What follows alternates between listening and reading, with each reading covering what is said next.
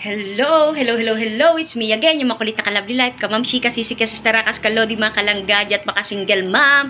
Ito naman po si Kalabli Life. Magluluto po tayo ngayon guys ng simpleng ulam lang pero yummy guys. Ayan, nagke-crave po kasi ako sa tinapa. Tsaka sa itlog na pula at saka ensaladang talong guys. So let's go! Magluluto na ako. Samahan niyo ako. So yan mga Kalabli Life, good morning sa inyong lahat. Kukuha po muna tayo dito ng kamatis. Nakakapitas na po ako ng kamatis dito guys kanina. Ayan, may 4 na piraso po ako nakuha guys. At pipitas pa po tayo ng okra. Pero may talong na po ako na ispatan doon, 2 malaki. Ayan guys, ayan.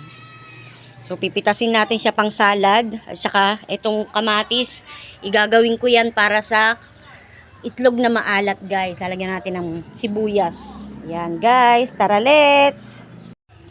O, diba? Meron na tayong naani na talong. Ayan, may isa pa doon, guys.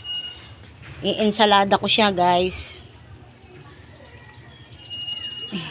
Ayan, nakadalawang talong tayo. Taka okra, pwede na mag-ensaladang talong, bagay sa tinapa at saka sa itlog na pula.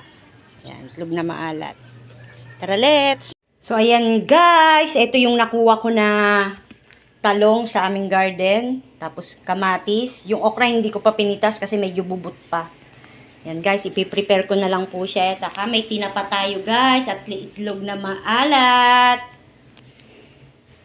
So, yan mga Kalabli Life, natapos ko na pong ihawin yung ating talong. I-insalada ko po siya dito. Dito ko siya ilalagay itong talong na insalada.